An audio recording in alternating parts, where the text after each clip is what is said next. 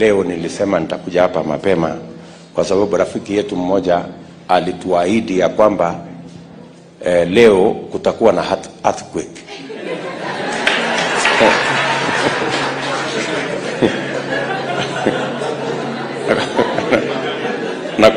na kwa sababu ni mwanasiasa kama sisi, so mimi tunaomba Mungu ya kwamba hiyo earthquake iwe ni ile ambaye itaondoa siasa ya uongo na siasa ya ukora na siasa ya kudanganyana na siasa ya utapeli, ndio tuwe na taifa ambayo Kenya Kenya iko mbele ya mahitaji na matakwa ya kibinafsi ya wanasiasa, so that we can put our nation before the interest of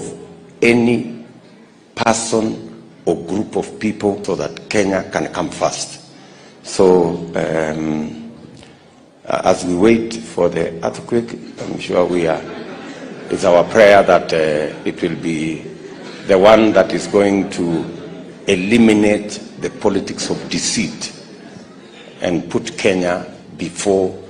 the selfish interest of anybody or any group of people. So muendelee kuombea taifa letu la Kenya na muendelee kutuombea kama viongozi.